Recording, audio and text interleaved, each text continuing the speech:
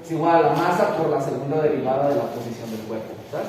Y resulta que la suma de las fuerzas aplicadas al cuerpo, entonces nomás la del resorte, ¿ok? Nomás esa, porque quedamos que todas las otras se cancelaban. Entonces, ¿qué pasa? Que si tú supones una ligera excitación, ¿ok?, en la dirección de movimiento de la masa, entonces va a aparecer una fuerza en el resorte. Ahorita nosotros vamos a suponer una excitación pequeñita en esa dirección, ¿va? Entonces, si yo le doy una excitación pequeñita a la masa en esa dirección, el resorte se va a ¿qué? Se va a estirar, ¿vale? Y si se va a estirar, va a tratar de regresar a su posición original, ¿vale? A su estado de reposo o a su estado de equilibrio. Entonces, ¿qué pasa? Que va a aparecer una fuerza aquí, en esta dirección, que va a ser la fuerza del resorte.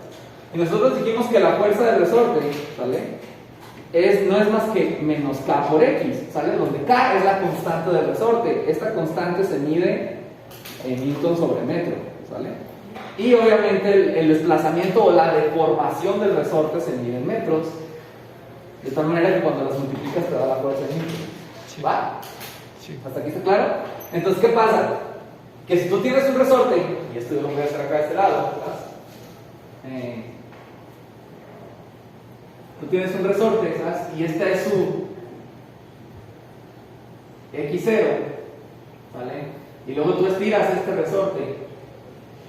¿Cuántos le puse? 4 por 5, 6. Y tú le estiras a una X1, ¿ok? Entonces, esta X que se está refiriendo aquí se refiere a la diferencia entre estas dos, ¿vale? Es decir, a la deformación del resorte, ¿vale? De tal manera que delta X, que es la deformación, o simplemente X, en este caso, ¿sabes?, va a ser X1 menos X0, ¿va? Entonces, ¿qué pasa? Tú le das una ligera, insisto, excitación en aquel sentido, se da una ligera deformación en el resorte y se produce una fuerza en la dirección opuesta, ¿vale? Entonces, si yo sustituyo esta ecuación aquí, ¿vale?, me va a quedar que la suma de las fuerzas, o sea, no más la fuerza del resorte, que es la única que hay, o bueno, vamos a ponerlas todas, más Fn más W, ¿sale?, donde son la fuerza normal de la superficie y el peso, es igual a m por x y prima, ¿vale? Y luego pues tengo que sustituir las fuerzas, ¿no? Obviamente. Pero yo sé que Fn y W, ¿sale?, yo sé que Fn es igual a menos W, y por lo tanto, si tú sustituyes esto aquí, te va a quedar FR, que no es otra cosa más que menos K por X más Fn, o bueno, Fn es menos W, entonces es menos W más W es igual a m por x y prima, ¿sabes? Y pues se van las W's, que es lo que hablábamos hace ratito, ¿va? Y la ecuación simplemente te queda reducida a menos K por X. ¿Alcanzan a ver ahí atrás aquí? ¿O no? ¿Sí? Ok, menos K por X es igual a m por x y prima, ¿vale? Entonces, esta es la ecuación de movimiento, que es bastante simple, por cierto, ¿va? Es una ecuación de movimiento que me describe esto, ¿va? Pero no está en una forma estándar. Si yo la quiero iba a decir matar, si yo la quiero mandar a una forma estándar, pues paso para el otro lado y igual a 0, ¿sabes? Entonces me va a quedar, por supuesto, m por x y prima más k por x es igual a 0, ¿sale? Y esta es una ecuación lineal, es una ecuación diferencial, ordinaria, lineal. De segundo. ¿Sale? De segundo orden, homogénea. ¿Por qué es homogénea? ¿Qué hora? Porque está igualada a 0.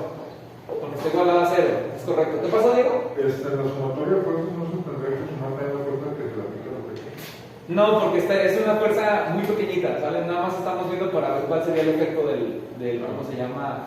Del comportamiento del sistema, ¿va? Pero en realidad no es una fuerza que se va a quedar ahí o que va a estar presente o que va a afectar el funcionamiento del sistema, ¿vale? La aplicas una vez y dejas que el sistema evolucione, ¿va? Entonces, tienes una ecuación diferencial ordinaria lineal de segundo orden homogénea. ¿Esto es cómo se resuelve? Factorizando. Factorizando. ¿Cómo factorizando? A ver, Básicamente, ¿qué sería entre n y la segunda derivada? Se tenía que poner en la forma de Entonces, acá dice, ¿saben qué? Hay que dividir todo entre x, me va a quedar x, mi prima, más k entre m por x, esto es igual a 0. ¿Y luego de qué? ¿Alguna idea? ¿Cómo se resuelve una ecuación de este tipo? Déjenme sacar mi cuadernito para quitar eso.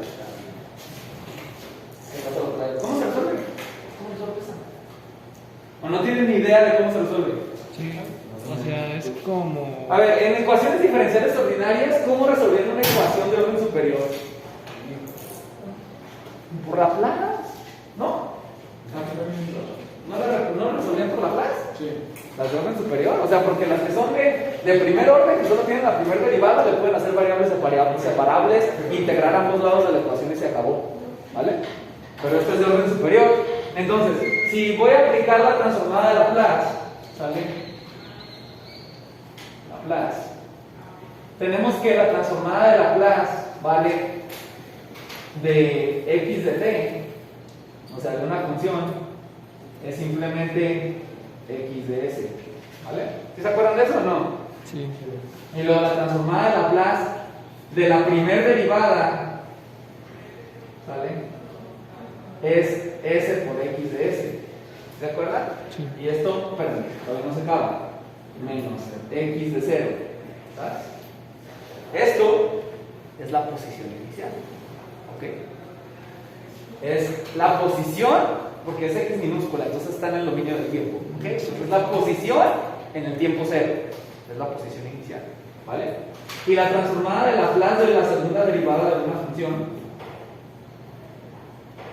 es s cuadrada por x de s menos s por x de 0 menos ¿qué? La velocidad, que sería... x prima de 0.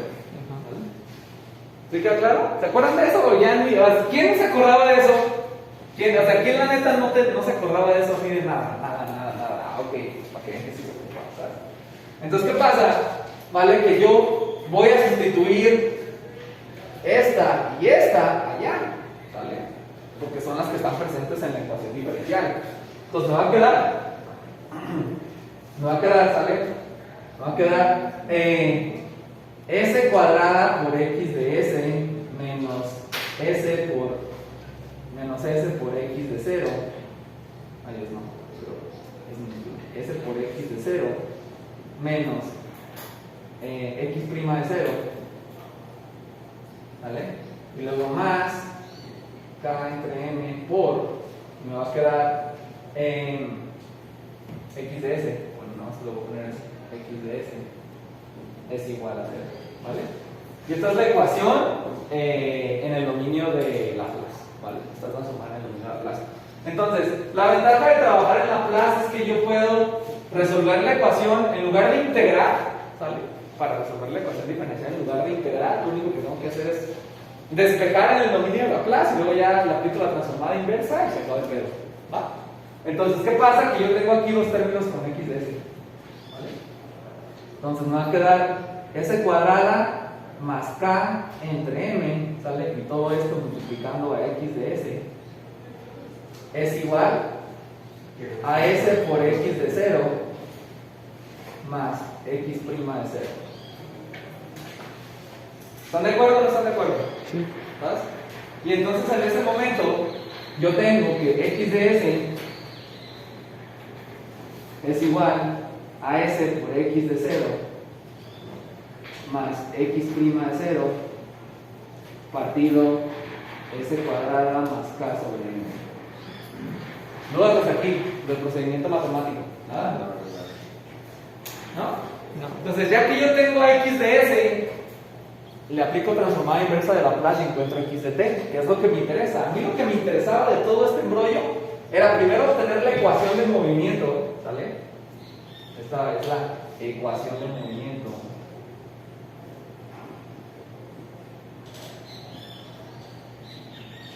Y luego resolverla para encontrar la forma de expresar el movimiento de la masa, ¿sale? Porque a mí lo que me interesa es encontrar una ecuación matemática que, dándole yo unas condiciones iniciales al sistema, me pueda decir exactamente a los 485.28 segundos de que tú hiciste eso, la posición de la masa es exactamente esta.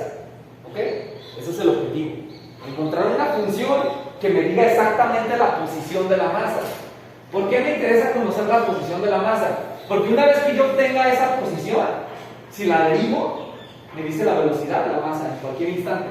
Y si la vuelvo a derivar, me dice la aceleración de la masa en cualquier instante. ¿Sí queda claro? Entonces tienen mucha utilidad para determinar los parámetros de la masa. Ok, ¿y esto para qué diablos me sirve como ingeniero? ¿Sale? O sea, ¿esto qué pedo? ¿Qué pedo? Esto les va a servir ahorita como una introducción a que ustedes puedan imaginarse cómo se comporta el sistema, pero también a cómo las variables de las condiciones iniciales afectan el comportamiento del mismo. ¿Vale? Eso es lo interesante, eso es lo que vamos a ver. ¿Por qué? Porque eso les va a dar la pauta para saber por qué motivo cuando ustedes golpearon la cazuela de una manera sonó de una forma y cuando la golpearon de otra manera sonó de una forma distinta. ¿Vale? Porque al final esto se extrapola a sistemas más complejos. ¿Dudas? No. ¿No? Ok. Entonces, voy a borrar de aquel lado. Ese es el pedo aquí no escrita y entonces se me acaba el espacio. Se me acaba el espacio. Profe, que vamos a hacer una pregunta. ¿Qué onda? Para encontrar la velocidad con esta ecuación, ¿se tiene que sacar la comada inversa o se puede derivar directamente con la clase? La pregunta es, en esta ecuación de Laplace, porque tú lo único que tienes es la ecuación de movimiento. En esta ecuación de Laplace, ¿encuentras algún término que tenga Sx de S? Ese por X de S. Ajá. Sí. Este no. ¿O no? No. Tú tienes ese cuadrada por X de S. ¿Vale? No tiene ese X de S. Entonces, si no tiene ese X de S, tú no vas a obtener la velocidad siempre. O sea, como tú estás dando todo en función de la posición, ¿sale? La variable, o sea, cuando despejas en el dominio de Laplace, siempre obtienes la función de posición. Y siempre es mejor que tengas la función de posición porque derivar es fácil, integrar no lo es tanto, ¿vale? Entonces, si tú me dices, ¿hay alguna manera que con Laplace yo pueda obtener directamente la velocidad? Sí, pero tendrías que derivar esta ecuación, ¿vale? Tendrías que derivar esta ecuación para que te dé la derivada de la aceleración. ¿Sí me doy a entender? Y el proceso se vuelve un poquito complicado. Yo lo voy a hacer, ¿vale? O sea, sería aplicarle la clase a una teoría derivada. Algo así, ¿vale? Algo así. Entonces, pero generalmente, o sea, siempre vas a encontrar, o sea, porque para poder obtener la velocidad necesitarías despejar una Sx de S, porque la transformada inversa de una Sx de S es la velocidad, es la primera derivada de la posición. Pero casi nunca puedes, ¿vale? Casi siempre lo que terminas pudiendo despejar es X de S, simplemente. Entonces, lo que vas a obtener cuando apliques transformada inversa va a ser X de T, ¿vale? Entonces, ok, tengo esta madre rara, ¿esto cómo? ¿Qué onda? ¿Qué no? X de S es igual, vamos a separarlo en dos partes, S por X de 0 entre S cuadrada más K partido M más X' de 0 por S cuadrada más K partido M. Lo separar en dos fracciones. Va a tener dos componentes. Va a tener dos componentes. Entonces, ¿qué es lo que pasa? Que yo le tengo que sacar inversa, transformar inversa a cada una de esas cosas, no incorporar los componentes. Entonces, sale, pónganle en el celular, transformada inversa de Laplace. Órale. Búsquenle, transformada inversa de Laplace. Y díganme si esta se parece a alguna de ellas. Solo sé que es seno y coseno, ¿Por qué? porque así salió la fórmula final. Porque así salió la fórmula en la tarea. Por los componentes de la fuerza. Algo así, ¿vale? Entonces, si buscan transformada inversa de Laplace, ¿esta qué se parece? ¿Vale? Esta la pueden, porque lo que ustedes pueden hacer es decir, ¿sabes qué? X de 0 es un valor fijo, es un número, es la posición inicial, lo voy a sacar de la transformada de Laplace, ¿no? Entonces me va a quedar que X de t va a ser igual a transformada, va a ser igual a X de 0, ¿sale? Por la transformada inversa de Laplace de S entre S cuadrada más K partido M, ¿ok? Más X' de 0 por la transformada inversa de Laplace de 1 partido S cuadrada más K sobre M. Entonces, ¿qué onda? Me parece una sinusoide. ¿Sinusoide? La primera. O sea, ¿esta a qué se parece? ¿A un seno o a un coseno? A un seno, ¿no? ¿Seguros? Un coseno. Un coseno, ¿no? Un coseno es a lo que se parece. Entonces, yo sé que voy a tener que borrar de este lado, me voy a pasar para acá, voy a borrar esto. ¿Le puedo borrar esto? Sí. ¿Vale? Y monos. Que borradora ya me dio hueva. Déjate, puso dos. Una aquí y una allá. Está vivo. Entonces, yo sé que la transformada inversa, ¿sale? Que dice S entre S cuadrada más A. ¿Verdad que dice eso? ¿O dice S cuadrada más qué? No se acuerda. Más A cuadrada, ¿verdad? Más A cuadrada. ¿Eso es igual a qué? Coseno de A. Coseno de AT. ¿Vale? Y yo sé que ¿cuál es la otra? La de seno. Dice la transformada inversa de Laplace de qué? De A, exactamente. Entre S cuadrada más A cuadrada es igual al seno de A. ¿Ok? Entonces, estas dos se parecen a esa. ¿Aquí qué le falta? Un cuadrado. De la A. La A. No, es fácil, ¿no? O sea, A cuadrada es igual a quién aquí. A cuadrada es igual a quién. La S cuadrada. ¿Sale? K sobre M. Eso es A cuadrado. ¿Vale? Así de sencillo. Fíjense.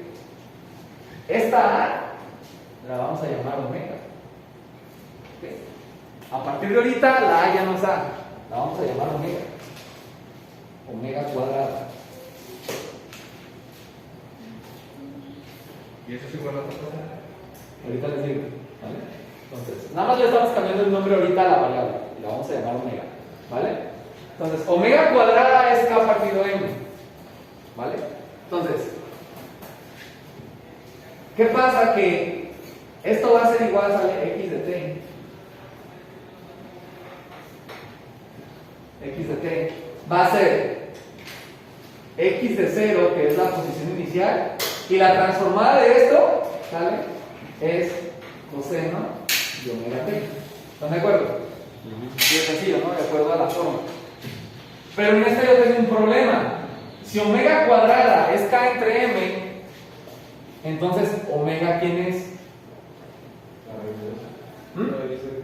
La raíz de K sobre M, ¿sale? Entonces omega es igual a la raíz cuadrada de K partido M. Pues a mí me falta, si yo quiero meter una omega aquí arriba, tendría que también meter una omega abajo, ¿no? Entonces fíjense qué voy a hacer. Voy a multiplicar esto, ¿sale? Voy a multiplicar esto por omega arriba y por omega abajo, ¿vale? O vamos a ponerlo simplemente como K entre M arriba y K entre M abajo, ¿vale? Lo voy a hacer así. Y luego voy a agarrar esto y lo voy a sacar de la transformada, ¿sabes? Porque es una constante. Entonces voy a agarrar esto y lo paso para acá. Entonces me va a quedar al final, después de hacer esa modificación, después de hacer todo eso, me va a quedar K entre N aquí arriba y me va a quedar K entre N aquí abajo. ¿Vale? Digo, raíz cuadrada. ¿Vale? De K entre N. ¿Queda claro? Abajo no lleva raíz. O sea, porque yo quiero omega, ¿sale? Y omega es K entre M, raíz cuadrada de K entre M para poner la omega aquí arriba. Entonces multiplico arriba y abajo por raíz cuadrada de K entre M, pero la de abajo la saco de la transformada. ¿Vale? Entonces eso me va a quedar, ahí aquí mismo, me va a quedar más X' de 0 partido raíz cuadrada de K entre M, por eso dijimos, ¿cómo le vamos a llamar? Omega, ¿sale? Entre omega, multiplicando por el seno de omega t. ¿Vale?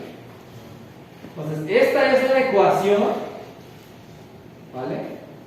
que me dice exactamente en el tiempo que a mí se me dé mi gana en qué posición va a estar la masa. ¿Qué pasó? ¿Puedes repetir lo de los pisos, la No te alcancé a escuchar, lo siento, otra vez. que se puede repetir cuando W se vuelve a ir detrás sobre N? Ah, no, pues o sea, es que yo sé que de acuerdo a la forma que tiene la ecuación, ¿sale?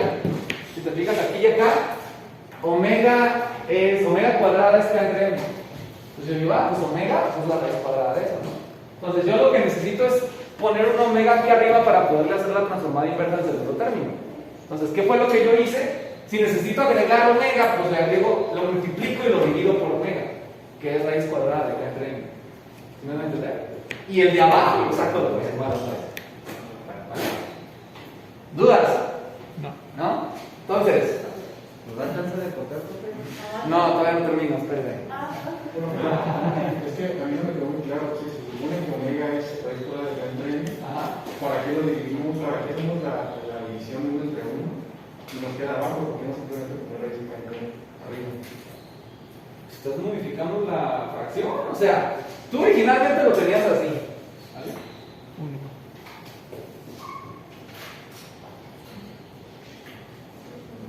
Originalmente así lo tenías. Fíjate, el XR lo saqué de la transformada y arriba le quedó en 1. ¿Vale? Entonces, así no la puedo transformar. No, ya entendí por qué. ¿Vale?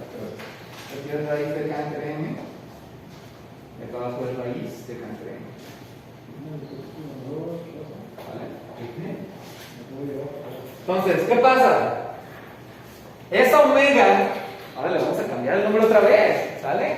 Y le vamos a poner omega sub n. ¿Ok? Omega sub n. N ¿por qué? Omega sub n. Ahorita vamos a ver, ¿vale?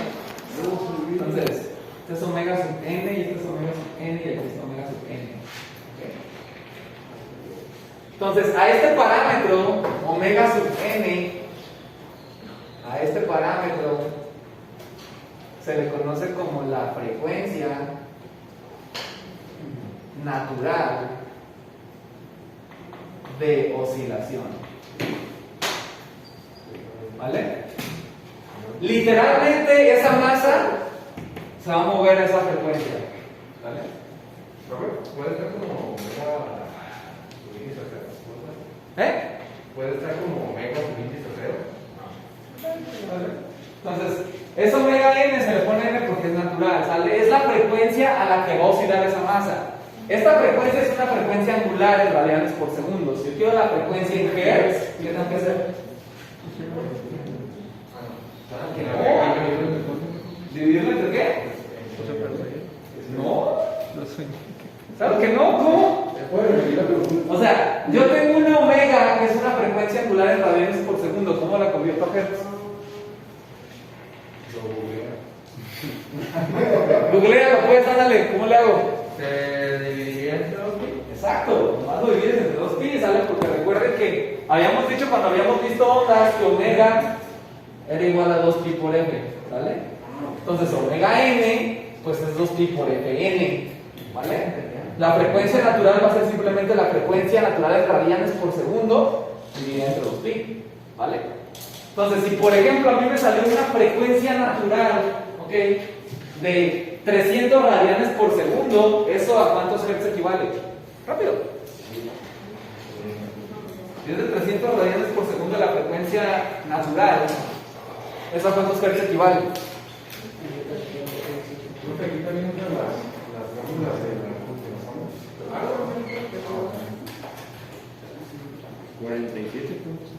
47 puntos y algo, ¿no? Esta masita, si haces los cálculos y te da que la frecuencia natural es de 300 Hz, de 300 radianes por segundo, esta cosa va a estar oscilando 47 veces por segundo. ¿Sí me debe entender? Es decir, literalmente, por eso se le llama frecuencia natural de oscilación, ¿sale? Porque si tú le das el impulso inicial y la dejas vibrar libremente, a esa frecuencia va a oscilar la masa. A esa quita, ¿ok? En el mundo ideal. Claro, aquí no estamos en el mundo ideal, pero va a estar muy cercano. Entonces, ¿qué pasa? ¿Qué pasa? Que quiero que vean que la frecuencia a la que se va a mover esa masa es directamente proporcional a qué? Ahí está la fórmula. Esa frecuencia a la que se va a mover esa masa es directamente proporcional a qué? Es directamente proporcional a la rigidez del resorte. Y eso tiene sentido, ¿ok? Si el resorte es un resorte muy duro, ¿sale? Y tú lo estiras, esperas esto, ¿no? Si está muy duro el resorte. Y si es un resorte muy aguado, ¿sale? Muy flácido, ¿ok? Estiras y a lo mejor esperas esto. ¿Me voy a entender? Es directamente proporcional la frecuencia de oscilación a la K del resorte, a la rigidez del resorte. Mientras más rígido el resorte, más rápido oscila, ¿ok? Y es inversamente proporcional ¿a quién? A la masa, ¿ok? Y es obvio, si tú tienes este y es una masa más grande, tiene más inercia, ¿no? Entonces tú le das el estirón inicial y la sueltas y esperas que tarde más en acelerar y más en frenarse y más en acelerar y más en frenarse. Que si es una masa chiquitita, si es una masa chiquitita tú la agarras y esperas que acelere y desacelere rápidamente. ¿Queda claro? Sí. Entonces nosotros nos podemos dar cuenta que la frecuencia natural se le llama precisamente natural porque depende de los parámetros del sistema. ¿Okay? Depende de la estructura del sistema. Independientemente si yo le doy una excitación de velocidad inicial o de posición inicial, si originalmente yo estiro el resorte 20 metros o 1 metro o 5 centímetros o lo bateo con lo golpeo con un bate de béisbol, sale, o le doy una patada o nada más le hago así, no importa qué condiciones iniciales le dé, el sistema siempre va a oscilar a esta frecuencia natural. Y esto lo veo aquí, ¿sale? La oscilación es una función, ¿sale? Cosenoidal y senoidal, y la frecuencia es omega n, ¿vale? Yo lo puedo ver ahí. Entonces a esa frecuencia es a la que va a oscilar el sistema. Entonces, esa es la primera gran conclusión que yo puedo sacar de aquí, ¿vale? Y ese parámetro se llama frecuencia natural, que no se les olvide, ¿vale? Ahora, ¿qué más puedo ver en esta expresión? Ya puedo ver que va a oscilar, ¿sale? Porque la componente de los senos es omega n por t, entonces va a oscilar a esa frecuencia. ¿Qué más puedo ver? Que la magnitud de la oscilación va a depender de ambas cosas, de la posición inicial y de la velocidad inicial, ¿sale? X0 es la posición inicial y X' de 0 es la velocidad inicial, que le voy a dar la masa, ¿vale? Si yo le doy un estiramiento inicial y aparte le doy una velocidad inicial, va a oscilar de acuerdo a esta expresión matemática con ambos componentes, con ambos términos, ¿ok? Pero si yo solo le doy un desplazamiento inicial, pero no le doy velocidad inicial, ese término vale 0, ¿sale? Y por lo tanto la expresión se reduce únicamente a él. De manera similar, si yo solo le doy un golpe a la masa para que se mueva, solo le estoy dando una velocidad inicial, pero no le estoy dando un desplazamiento inicial. Entonces, este no vale. Y únicamente el movimiento va de acuerdo a este. ¿Sale? ¿Dudas? No. Anótenlo. Terminen de anotar algo que les falta.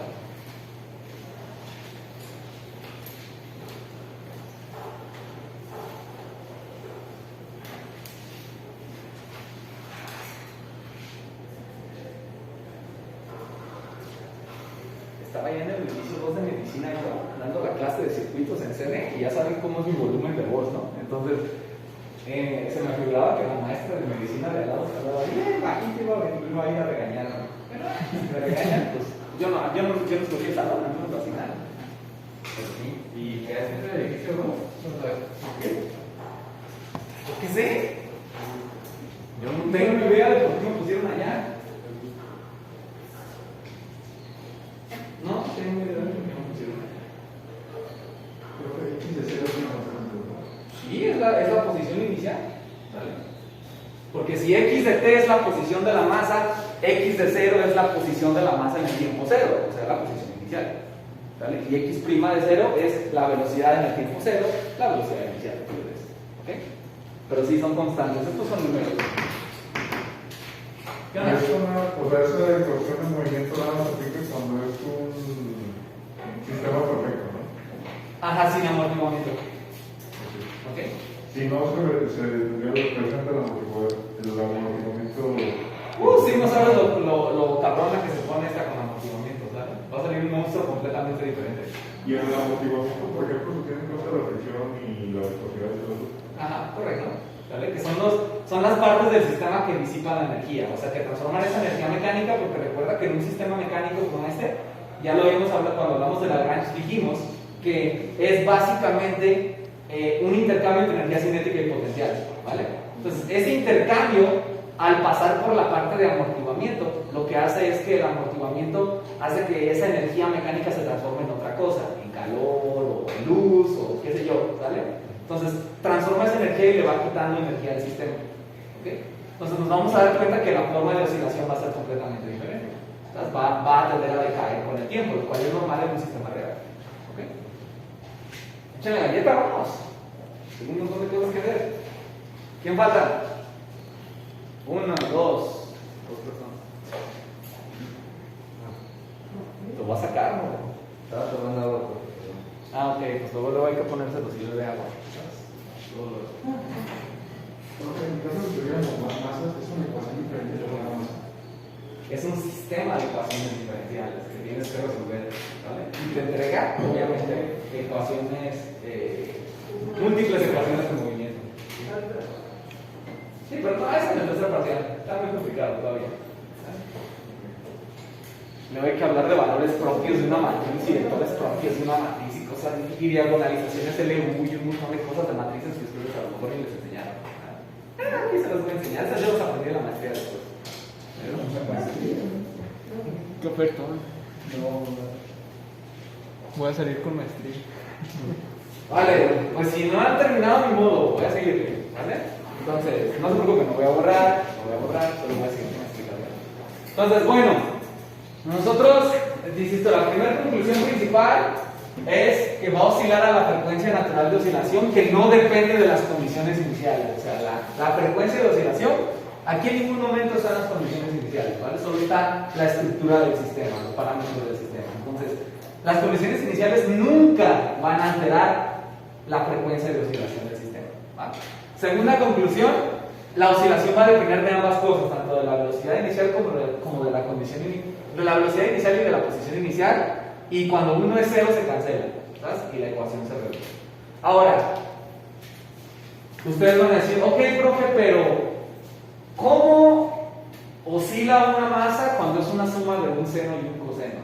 Primero que nada, un seno es un coseno desplazado a 90 grados, ¿están de acuerdo?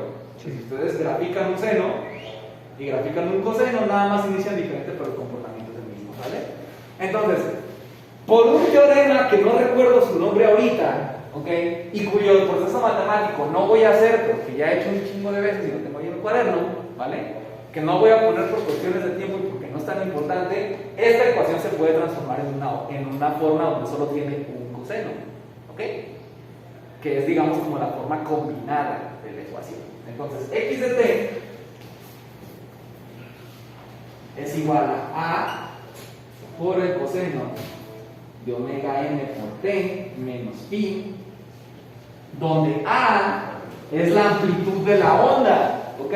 Sí. Porque cuando ustedes lo ven acá separado, ustedes no pueden, así de manera visual, no pueden saber la amplitud de la oscilación, ¿vale? Porque lo que sí va a depender de las condiciones iniciales es la amplitud de la oscilación.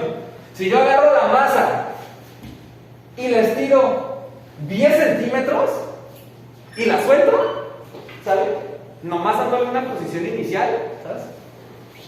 Y la suelto. Entonces, ¿qué es lo que va a pasar? Que yo voy a esperar que oscile también 10 centímetros para allá, 10 centímetros para acá, 10 centímetros para allá, 10 centímetros para acá. ¿Sí queda claro? Pero si le doy 20 y la suelto, y se supone que es un sistema sin amortiguamiento, yo voy a esperar que llegue hasta 20 centímetros acá y luego 20 centímetros acá. ¿Sí me voy a entender? Entonces, la amplitud de la oscilación sí depende de las condiciones iniciales. Verlo solo con el, ¿cómo se llaman? Ver la amplitud cuando solo hay una de las dos componentes es fácil. Por ejemplo, si yo solo le doy un desplazamiento inicial, la amplitud de la oscilación es exactamente igual al desplazamiento inicial, ¿vale? Si yo le doy un desplazamiento de 10 centímetros, la amplitud de la oscilación es 10 centímetros. Si le doy un desplazamiento de 20 centímetros, la amplitud de la oscilación es 20 centímetros, ¿vale? Cuando solo existe velocidad inicial, ¿ok? Entonces, yo tengo que agarrar la velocidad inicial que le doy y lo divido entre la frecuencia natural y eso es la amplitud de la oscilación. ¿Ok? ¿Qué onda? No, Te veo con cara de duda, ¿todo bien? no, estoy bien. Ok. Pero si yo tengo las dos, no se puede ver inmediatamente aquí cómo funciona. ¿Vale? O sea, no puedo ver yo inmediatamente si tengo una posición inicial y una velocidad inicial, cuál va a ser la amplitud de la oscilación.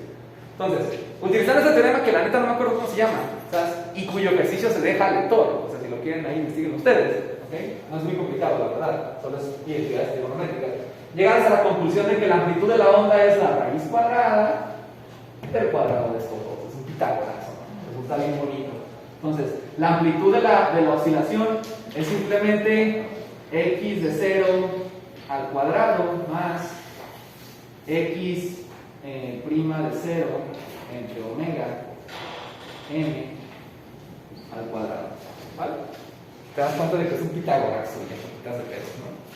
Y el ángulo también está bien cagado. Es la tangente a la menos 1 del segundo entre el primero.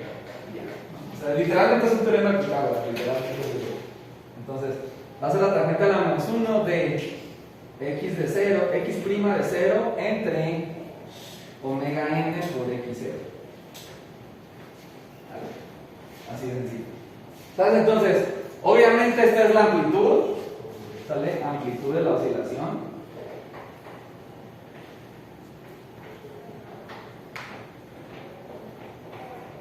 ¿Sale? Y esto es el desfase de la oscilación.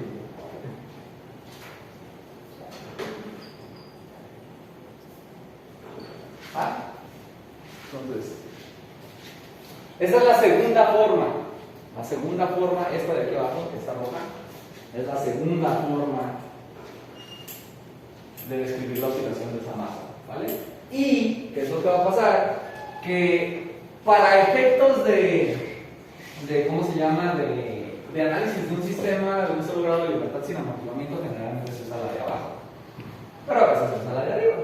El resultado va a ser exactamente el mismo. ¿Va? Entonces, si yo ya sé cómo se va a mover esta madre, ya sé cómo ir del modelo a los resultados. O sea, a partir de si yo les digo, ¿sabes qué? Te metes a MATLAB, programas esa ecuación, dale valores iniciales de posición y de velocidad. O sea, dale una rigidez al resorte que tú quieras en newton sobre metro, da una masa en kilogramos del valor que tú quieras y estírala inicialmente cierta cantidad de centímetros y dale un golpe de tantos, dale una velocidad inicial de tantos metros sobre segundo. ¿Ok? Si hago todo eso y lo meto a esta ecuación, ¿sabes? Yo puedo ir graficando puntos de cómo se va a mover la masa a lo largo del tiempo. ¿Sabes? Entonces, a partir del modelo, yo puedo producir una gráfica que me muestre el movimiento a lo largo del tiempo. ¿Queda claro? ¿Qué onda? Profe, y si se estira la masa y se le da un golpe pero en el sentido contrario, ¿También jala? ¿la velocidad es negativa? Sí, la velocidad es negativa y también jala esa fórmula, ¿sale? Aplica en cualquier combinación. Desplazamiento positivo y velocidad positiva, desplazamiento negativo y velocidad negativa, desplazamiento positivo y velocidad negativa, o desplazamiento negativo y velocidad positiva. En todas jala, ¿vale? Y la evolución en el dominio del tiempo está perfectamente definida, es un sistema perfectamente determinístico, ¿vale? ¿Puedo borrar este lado? Sí. Entonces, ya sabemos cómo llegar del modelo a una gráfica, ¿sabes? Porque yo con esta foto, o sea, cualquiera de estas dos yo las grafico en MATLAB, le doy valores, le doy un x0, le doy le vamos a llamarla así b0. B0 es nomás x' de 0, ¿ok? Es lo mismo. Le doy un desplazamiento inicial, una velocidad inicial, le doy una k, le doy una m, y a lo mejor la oscilación es esta, ¿no? Que va a tener un cierto desfase, ¿vale? Va a tener un cierto desfase y va a tener una cierta amplitud, qué sé yo, ¿vale? Entonces, yo puedo, sin ningún problema, decirle a MATLAB que lo grafique, que eso es lo que ustedes van a hacer, pero no hoy, ¿ok? No lo van a hacer el día de hoy. Entonces, ¿qué es lo que pasa? Que generalmente, digo, independientemente de cuál utilicen, ustedes lo van a comprobar, ¿sale? Pero yo creo que lo vamos a hacer el jueves, ¿vale? El jueves voy a abrir MATLAB, ese es en su casa, ¿verdad? El jueves es en su casa, ¿verdad? Sí. Ustedes abren MATLAB, Octave, lo que sea, y van a hacer el código conmigo, ¿sabes? Entonces salgo ahí el código y vamos a graficar y toda la cuestión sin ningún problema. ¿Qué onda? Bueno, es que ahorita apenas me perdió un poco. Hay un programa con ya sé. ¿Y qué va a pasar con todo eso? Usted está grabando, que se lo pase. ¿No? Aprovechando. Digo. Entonces, evidentemente ya sabemos cómo llegar, es decir, tal cual ya sabemos cómo llegar del modelo a la expresión matemática y posteriormente a la gráfica, ¿no? La pregunta es ahora cómo me voy de reversa, ¿no? Porque en la realidad, en un sistema real, yo no tengo el modelo muchas veces. Imaginemos que ustedes se encuentran en una máquina que funciona así de simple, cosa que está medio complicado, ¿no? O sea, que sea una masota con un resorte en una pared con inercia infinita, ¿no? Imaginemos que existe. O imaginemos que existe un sistema real que ustedes caracterizan de esa manera, porque vibran de esa manera. O sea, ustedes llegaron a la conclusión de que queda bien caracterizado con un modelo de este tipo. Ustedes no conocen los parámetros, no conocen la masa, a lo mejor es muy grande y no la pueden pesar, o está fija a la superficie del piso. ¿Sabes? No pueden pesarla, no conocen la masa. Y la rigidez probablemente no sea una sola rigidez, sino una combinación de rigidez, ¿vale? De varios resortes. Sí saben cómo combinar resortes, ¿verdad? En serie y en paralelo y todo ese rollo, ya se los enseñaron, ¿verdad? En control. ¿No? ¿Cómo que combinar resortes? Ahorita lo vamos a ver, ¿vale? Bueno, lo vamos a ver probablemente un juego. Hoy tengo que terminar otras cosas antes. ¿Cuánto tiempo me queda? ¿Qué hora es? 8. ¿Son las 8? Sí. Ok, muy bien. Pues tengo suficiente tiempo. Entonces, generalmente en la realidad, tú no tienes el modelo y determinas, o sea, y predices el futuro del sistema, ¿no? El modelo no te lo dan. Está bien cabrón en la realidad, ¿sale? Y no solo en cuestiones vibratorias, sino también en cuestiones de máquinas eléctricas y todo. Casi nunca te dan el modelo. Entonces, ¿qué pasa? Que tú observas un sistema real, obtienes una gráfica que la mides con un acelerómetro o con lo que sea, ¿sabes? Y analizas esa señal y buscas los parámetros en esa señal. O sea, nos vamos a ir de reversa. Si yo tengo una gráfica con una oscilación dada, ¿ok? ¿Cómo jodidos le hago? ¿Ok? ¿Cómo jodidos le hago para encontrar el modelo? ¿Sale? Los parámetros, la ecuación, pero a partir de la gráfica. ¿Va? Entonces voy a borrar de este lado. O sea, más que la parte matemática, quiero que les quede claro el por qué lo estoy haciendo, ¿sabes? Y lo que hay detrás. Espero que sí esté quedando claro, ¿sabes? Si no, en serio, díganme.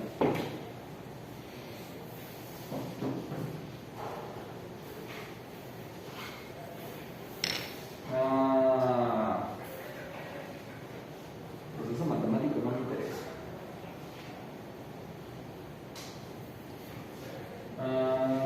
Sí, nada de esto me interesa. No, vamos a dejar las ecuaciones.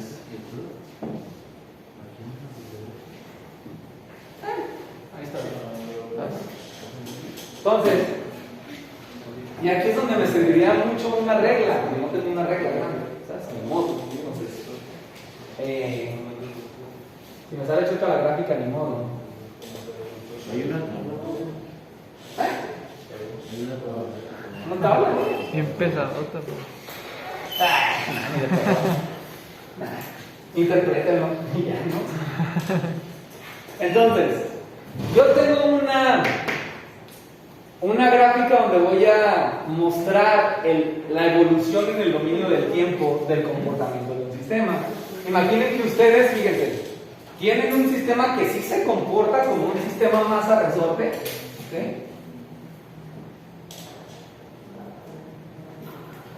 No necesariamente está así, ¿no? Una masa pegada a un resorte, pegada a un muro. Imaginen, por ejemplo, una máquina que ustedes se dan cuenta que ahí en la empresa vibra y vibra así, ¿vale? Vibra de esta forma, con una cierta frecuencia. Entonces, ¿qué pasa? Si ustedes tienen la máquina sobre el suelo, ¿vale? Ahí está el suelo, y tienen la máquina y está empotrada en el suelo, ¿vale? Fijada con tornillos, así bien cabrón, es una máquina muy grande. Y esta máquina vibra, ¿vale? Se mueve por un lado y para otro, ¿vale? Entonces, esto en qué se parece a eso. Pues también vibra como un sistema con un solo grado de libertad. ¿Cómo podrían identificarlo? Una pared que tengo aquí, ¿sale? O pongo un sensor de distancia, ¿sabes? Pongo un sensor de distancia, vibra esta madre y la señal que me manda el sensor va a cambiar, ¿no? El voltaje que me va a entregar el sensor va a cambiar. ¿Sí queda claro o no queda claro? Sí. Entonces un sensor de distancia es un sensor que mide a qué distancia está un objeto, ¿vale? Entonces, ¿qué es lo que pasa? Que el sensor, ¿vale? Conforme vibre esta cosa me va a entregar un voltaje distinto y yo puedo graficar ese voltaje, ¿ok? O yo puedo transformar esa onda de voltaje en una onda de distancia de acuerdo a los parámetros del sensor. Por ejemplo, el sensor Sharp es de la marca Sharp y es el G201YAF o algo por el estilo, no me acuerdo del modelo. Me entrega el fabricante me entrega una curva, voy a ponerla aquí, sale una curva de distancia contra voltaje, ¿sabes? Y esa curva se ve así, ¿vale? Donde este valor es más o menos 0.65 volts y este valor es 3.3 volts, más o menos. Entonces, ¿qué pasa? Que yo tomo el voltaje del sensor, el voltaje que me está entregando el sensor, lo meto en un micro o una tarjeta de desarrollo, un SP3266, un SP320, un Arduino Nano, un Arduino Mega, o un Raspberry, lo que sea, ¿sabes? O un PIC, ¿vale? Lo meto y ya que tenga la señal a través del pin sensor analógico digital o el conversor analógico digital, ¿vale? La meto a esta curva, ¿sabes? Esta curva se la meto al programa y obtengo el valor de la distancia del objeto, ¿no? Y ya la grafico. Y me doy cuenta que también resulta una senoidal, ¿no? O sea, yo ahorita no sé que esto se está comportando como esto, pero ya que lo medí, ¿ok? Yo originalmente no sé qué clase de sistema o qué orden del sistema es este. Solo sé que vibra esa madre. Digo, vamos a ver la vibración, vamos a ver qué tanto se mueve, ¿no? Coloco el sensor y todo el pedo, pongo a vibrar esa cosa y lo hago y resulta que la señal que tengo es esta.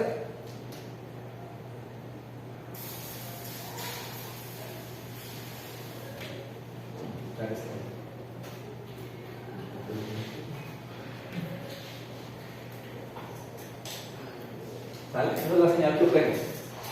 Digo, a huevo, funciona como uno de estos. ¿Vale? Digo, a huevo. Entonces yo lo puedo caracterizar, ¿ok? Este sistema, yo lo puedo caracterizar como un sistema que tiene un solo grado de libertad. Perfecto.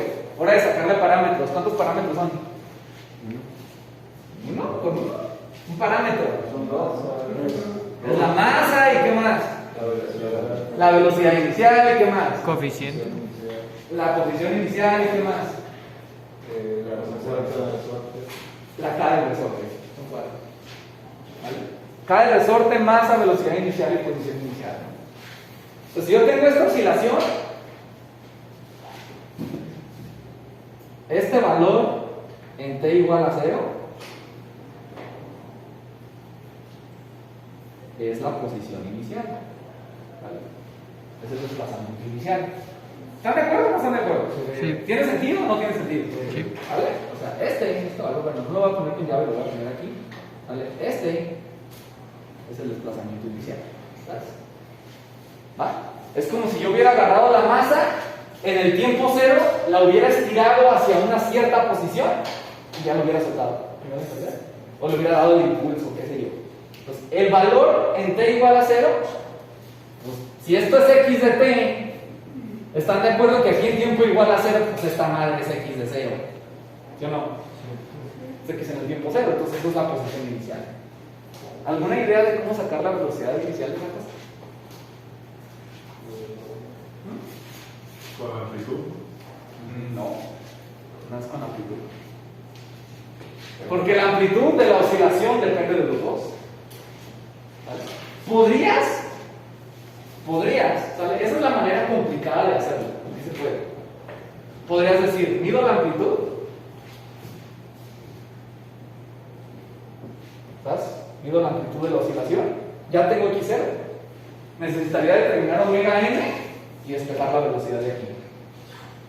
Se puede, pero es el proceso largo, pero se puede, ¿ok? Entonces, esa es una forma. Agarro la amplitud, ya que tengo la amplitud, tengo esto es un número, x0 es un número que ya tengo, solo necesito calcular omega n, todavía no hemos visto cómo se calcula, pero ahorita les digo, ¿vale? Y ya que tenga todos números, nada más despejo x prima de 0 de ahí, ¿sale? Que es la velocidad inicial y listo. ¿Sí queda claro? Esa es la manera difícil de hacerlo. Hay una manera más fácil. Pues derivar la ecuación. No, ¿para qué? O sea, tú ahorita, o sea, conoces que un sistema se comporta de esta manera, pero no te sirve de nada porque no, aquí necesitas sustituir tú la velocidad inicial y no la tienes, y tienes que encontrarla. ¿Vale? ¿Con la frecuencia? ¿Con la frecuencia? No, por ahí no. A ver, les voy a dar una pista. ¿Qué es la velocidad de la posición? Es el área bajo la curva. ¿Eso qué? Su derivada. ¿Sale? La velocidad es la derivada de la posición. ¿No está convencida? ¿No está convencida? Mire. Si es x de t, ¿sale? Y usted la deriva, es dx en dt, ¿no? Esto es distancia entre tiempo. Es velocidad. ¿Vale? Entonces, si la velocidad es la derivada de la posición y esta es una gráfica de posición, ¿cómo sé cuál es la velocidad inicial?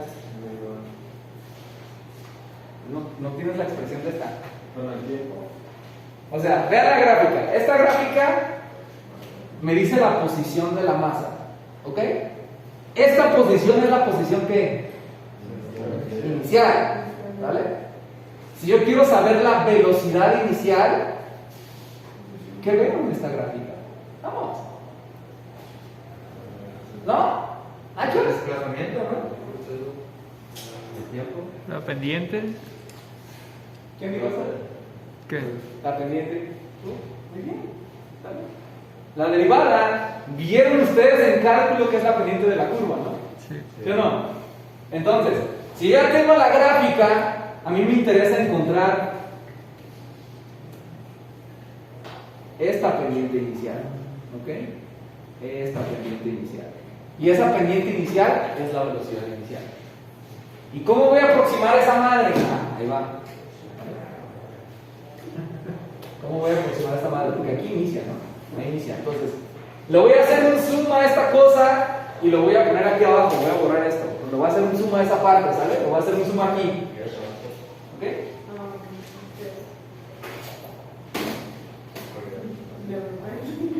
¿Vale? Entonces aquí tengo el eje vertical. Aquí está el punto donde inicia la curva y va así. ¿Vale?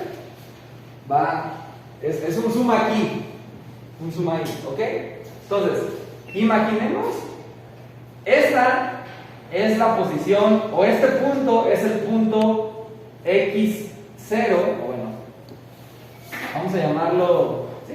Pues sí. X de 0, coma, o bueno, mejor dicho es 0, x de 0, ¿vale? O sea, el tiempo vale 0 y la posición es la posición inicial. ¿Okay? Yo puedo agarrar cualquier otro punto de la curva. La curva va a estar en una gráfica, generalmente. Ustedes van a tener una escala aquí de tiempo.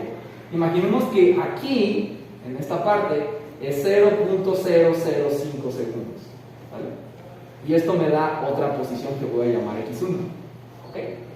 Yo puedo medir ahí en la gráfica, o sea, puedo imprimir la gráfica o puedo darle zoom ahí en la computadora y puedo ver, ok, a los 5 milisegundos, ok, el valor del desplazamiento es tanto. ¿Sabes?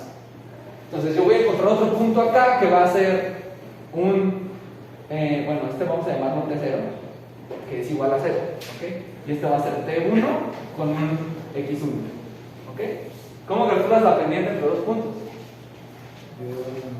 Y2 menos Y1 entre X2 menos X1, ¿no? Entonces en este caso tú lo puedes aproximar la pendiente M, que va a ser la velocidad inicial, ¿sale?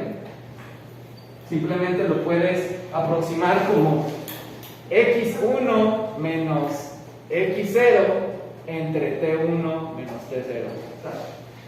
Y mientras más cerquita esté este segundo punto del origen, mejor es la aproximación. ¿Sí queda claro? Sí. ¿Dudas? No. ¿No? ¿Seguro? ¿Seguro? Ok. ¿Seguro ahí atrás? ¿Sí? Seguro usted, caballero, ¿sí? Seguro allá atrás, Diego. Al 100. Es usted. ¿Vale? Entonces, ya pude yo encontrar la velocidad inicial y la posición inicial. ¿Vale? ¿Cómo identifico? Pues la frecuencia. Pues cagado de risa, ya saben ondas. ¿Ok? Ya saben ondas ustedes. ¿Qué es esto? Periodos, ¿vale?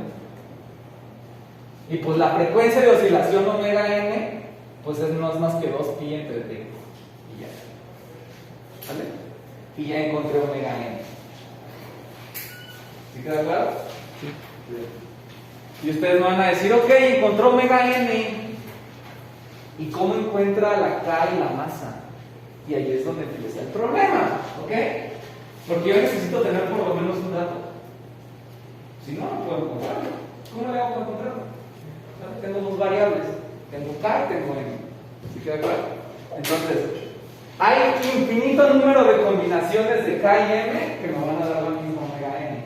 Si mi omega N es de 2, ¿sale? Va a haber una fracción y cuando le saque la raíz cuadrada me va a dar 2. Y va a haber otra fracción y otra fracción y infinidad de fracciones que me van a dar eso. Entonces hay infinidad de combinaciones de masas y rigidez que me dan, ¿sale? La misma frecuencia natural. ¿Queda claro? Entonces, uno de ellos va a tener que ser dato. ¿Sí queda claro? ¿Dudas en esto? Uno de ellos va a tener que ser ¿qué? Dato. ¿La masa o la rigidez? La masa o la rigidez, correcto. ¿Dudas? No. A raíz de que se da la necesidad de medir las vibraciones. A raíz de que, bueno, vamos a hablar. ¿Cuánto tiempo queda? 8:16, quedan 20 minutos. Vamos a dejar las matemáticas un ratito, vamos a responder tu pregunta y vamos a hablar de cosas prácticas. ¿Va? Entonces, ¿ya puedo borrar? Sí. Bueno, necesitan que me esperen. No, Espero. Mientras luego hago. mientras recuperas tu pregunta.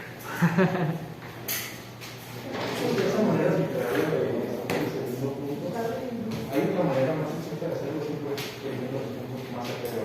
Mientras más cerca, mejor la aproximación. En una onda real ni siquiera va a ser tan sencilla, es mucho más compleja. Entonces, difícilmente vas a poder aplicar eso. A menos de que la onda se vea bien bonita, ¿ok? Vas a poder aplicar el método largo, que es el que dijo Diego, ¿no? Entonces, ¿qué es lo que pasa? Que si tu onda no es perfecta, tienes que filtrar y todo, y entonces siempre te va a dar una aproximación. En realidad es muy difícil determinar la velocidad.